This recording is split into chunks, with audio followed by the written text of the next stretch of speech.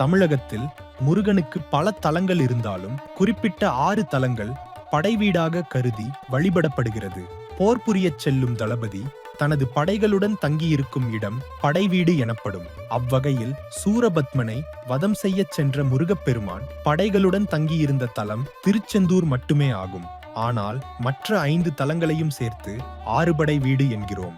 வறுமையில் வாடும் ஒருவரிடம் வறுமையை வென்ற ஒருவர் வள்ளல்கள் இருக்குமிடத்தை சுட்டிக்காட்டி அங்கு சென்றால் அவரது வறுமை தீரும் என்று சொல்லி அவரை ஆற்றுப்படுத்துவார். இந்த வகையில் அமைந்த நூல்கள் சங்க காலத்தில் ஆற்றுப்படை எனப்பட்டது.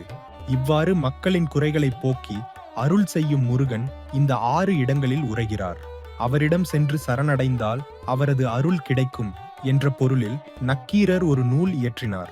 முருகனின் பெருமைகளைச் சொல்லும் நூல் என்பதால் இது திருமுருகன் ஆற்றுப்படை, அதாவது திருமுருகாற்றுப்படை என்று பெயர் பெற்றது. திருமணத்தடை உள்ளவர்கள் இத்தல இறைவனிடம் வேண்டிக் கொள்ள நல்ல வரன் அமையும். திருச்செந்தூர் முருகனை மனதார வழிபட்டு தனம், கல்வி, செல்வம், ஆரோக்கியம் அனைத்தும் பெற்று நல்வாழ்வு பெறுவோம்.